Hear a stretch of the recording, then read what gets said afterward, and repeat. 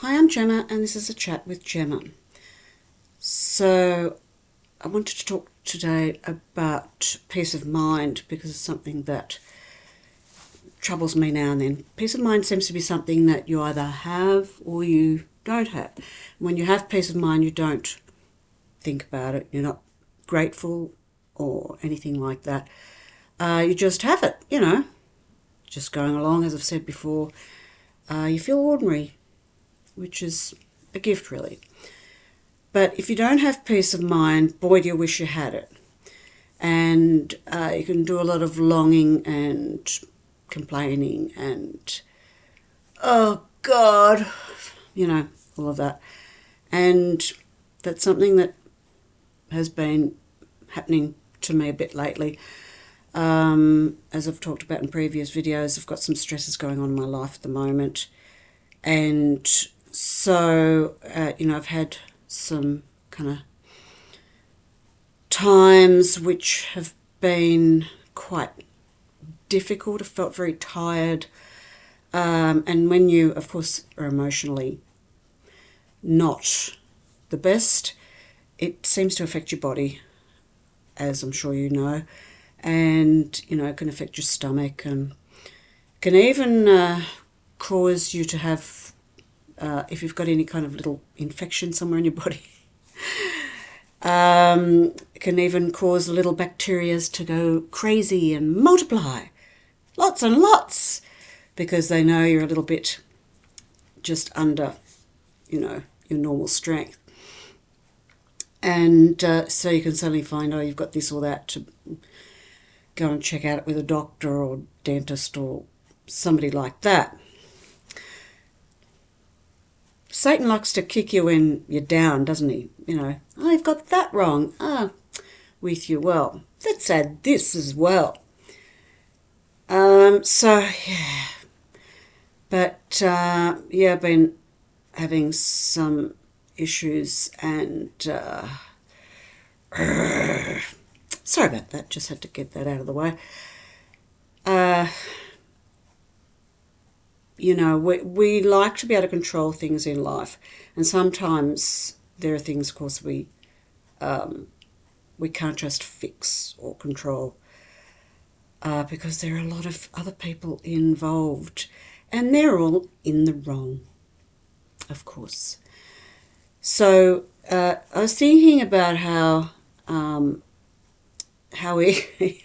easy it is to get upset. I might be the best at this in the world, getting upset.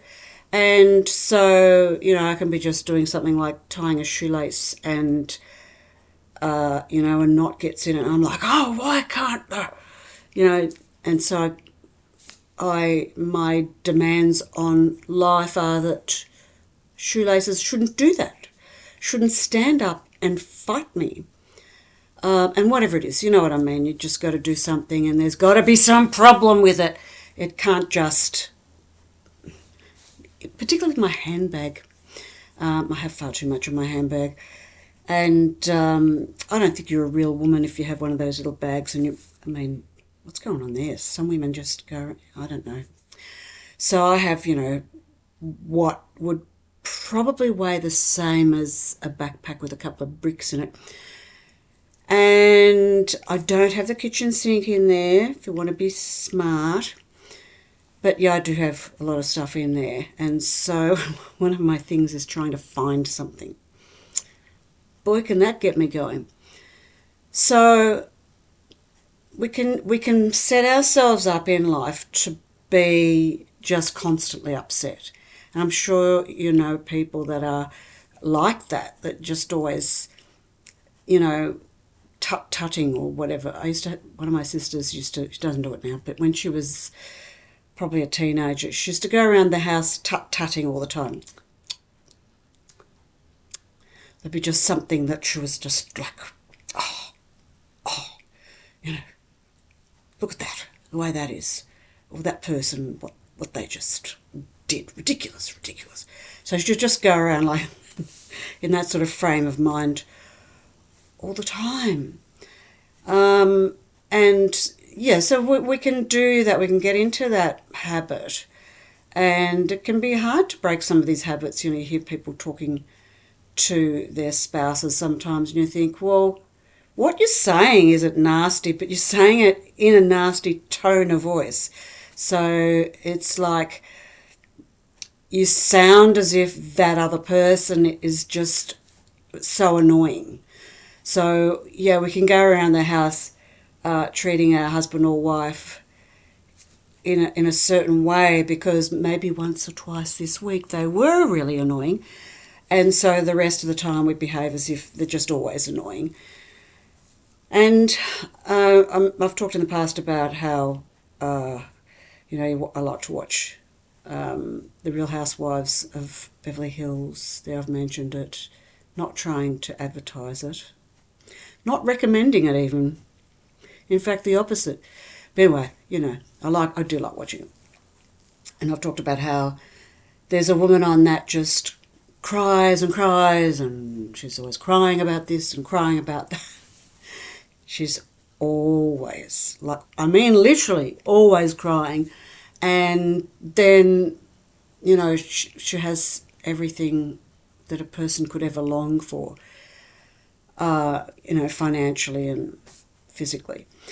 But my sister once went to, I think I've told this story before. Now, I'll get the story wrong. Is it Milan? Anyway, it was in the Philippines, whatever the city is. Oh, it might have been Manila. Anyway, just put that aside for a moment and you can look it up later if you even care. But a city in the Philippines. And she said the people were so poor.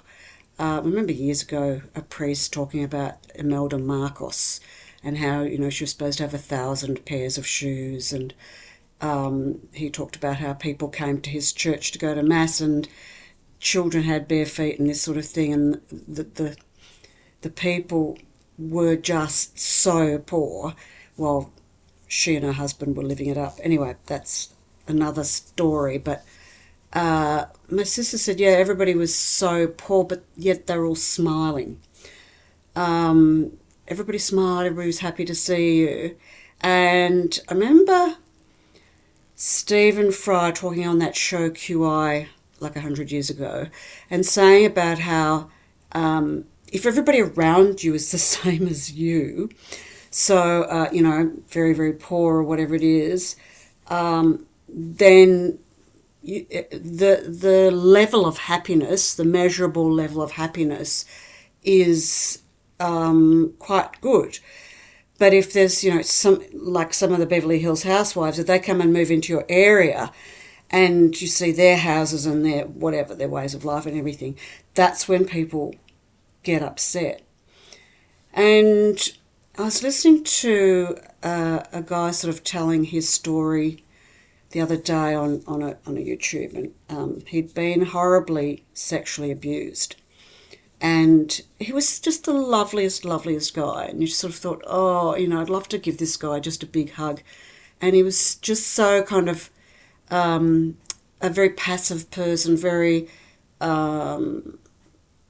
just very humble. And he had this horrible story.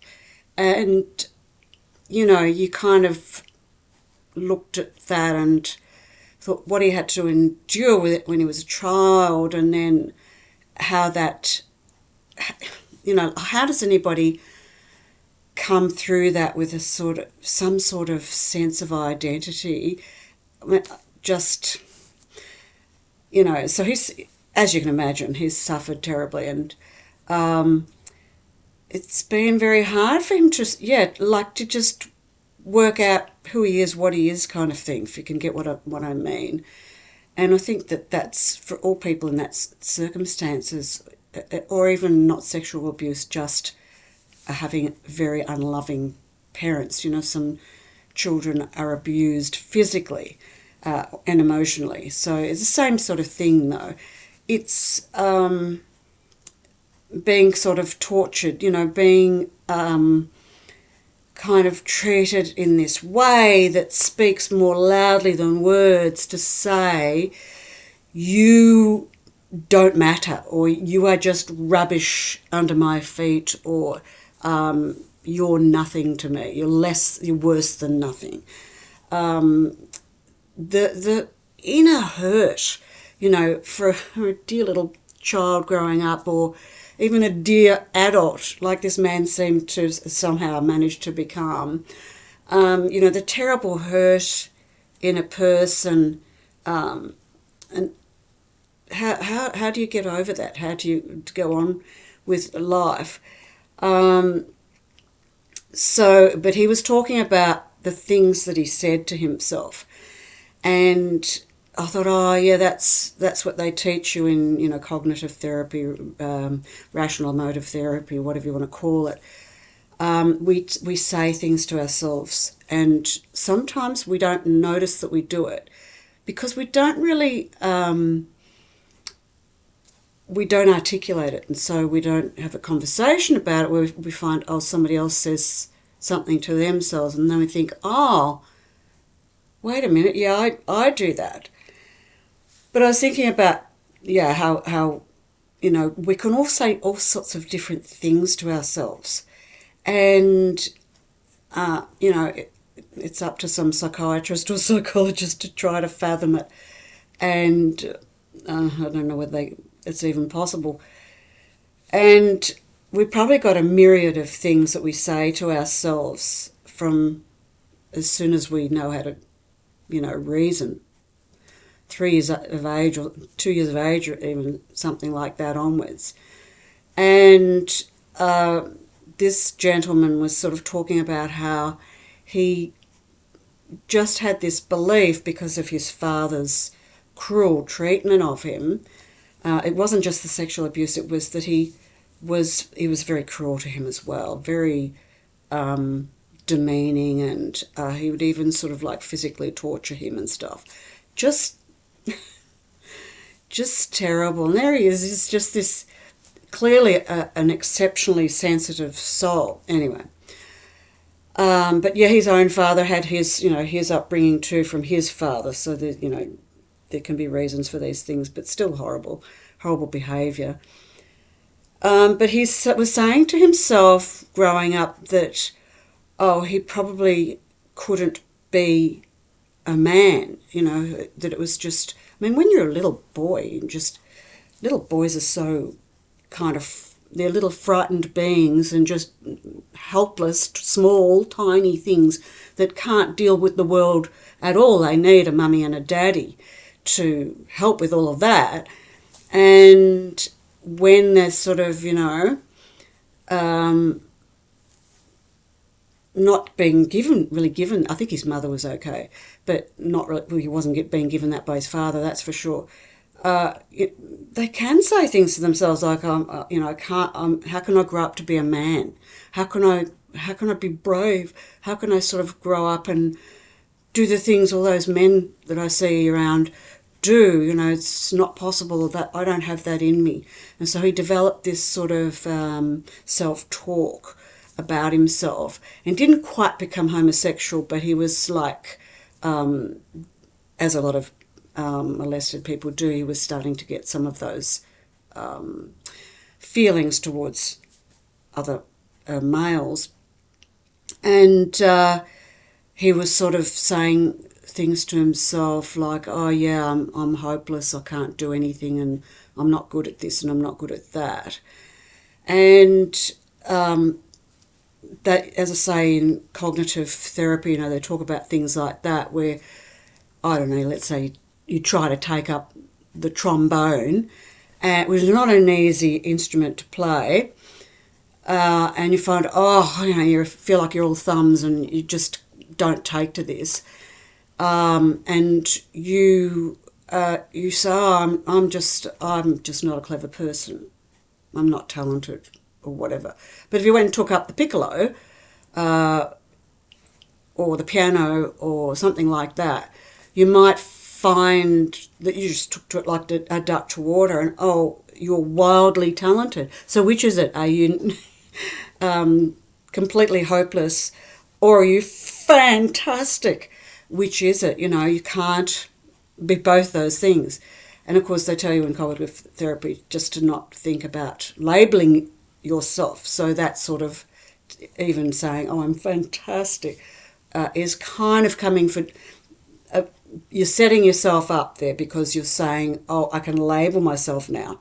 I can say I'm fantastic," but come the day, you're going to trip up somewhere, and then if you're using that sort of policy, you're going to then have to say to yourself, "You're an idiot," So it's best not to get into, that's what they advise, not to get into this self-labelling and negative self-talk.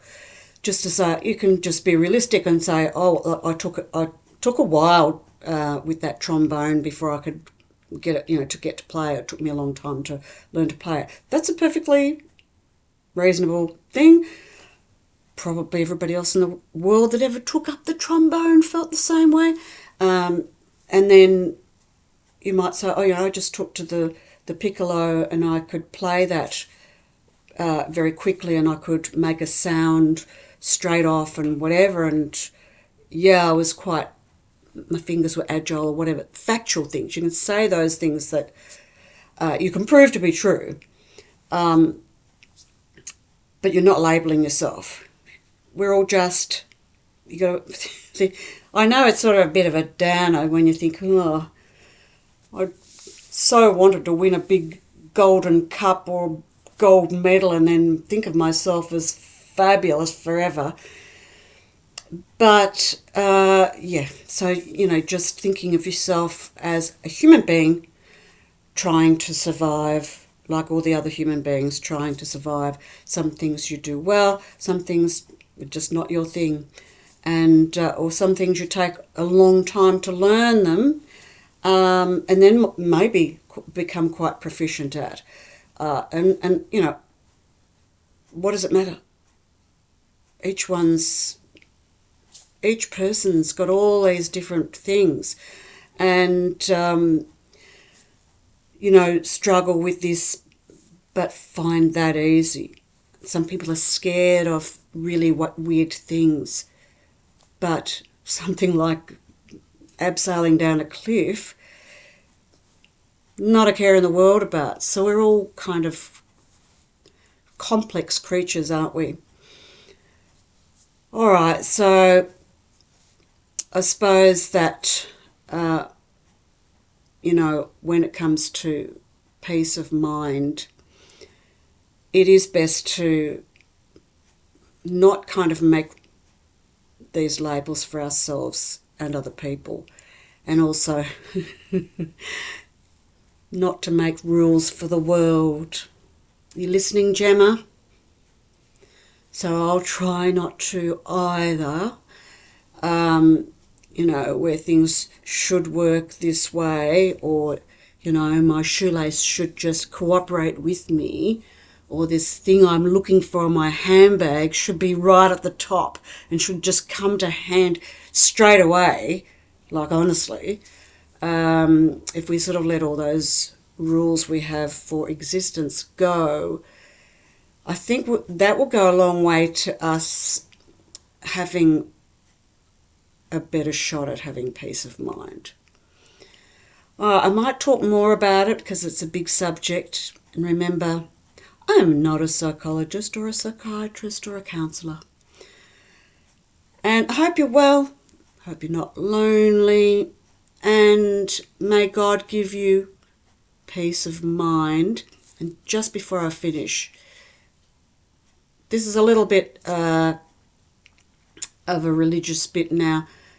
As I say, I was struggling recently with peace of mind. And so instead of praying to God for peace of mind, which I would normally not even think of doing, I said, "Oh God, I've really got, can you help me? I really need peace of mind." And so ordinarily I would pray like this: "So God, can you please give me peace of mind? I'd like some peace of mind, please." But I suppose you're not going to listen, are you? And you're not going to give me peace of mind, I suppose. So what am I wasting my time asking you for? I didn't do that. I did this. I said, so please God, seriously, you know, could you please give me peace of mind? And I just kept praying it. Remember the scripture about the guy who had to knock on the door? You know, Jesus told the story about the guy who kept knocking on the door for the baker, and the baker's like, no, the doors are locked. I'm in bed. And the guy kept knocking until finally the baker let him in and gave him the loaves of bread he needed for the late night visitor he had. And so that's what I did. I kept my temper. I prayed in a more correct way. And yes, I just kept saying, please God, can I please have peace of mind? And after, I don't know how much time, I just sort of became aware. Because as I say, we don't notice when we have peace of mind. We don't think, oh, I've got peace of mind, isn't that great? Thanks, God. We don't do that. We have it. So I happened to notice, oh, I've got peace of, I feel, you know, I've forgotten about all that now, and right now I feel peaceful. I'm not saying it's going to work for you.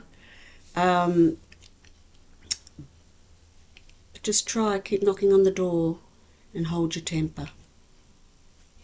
All right. God bless you. Bye for now.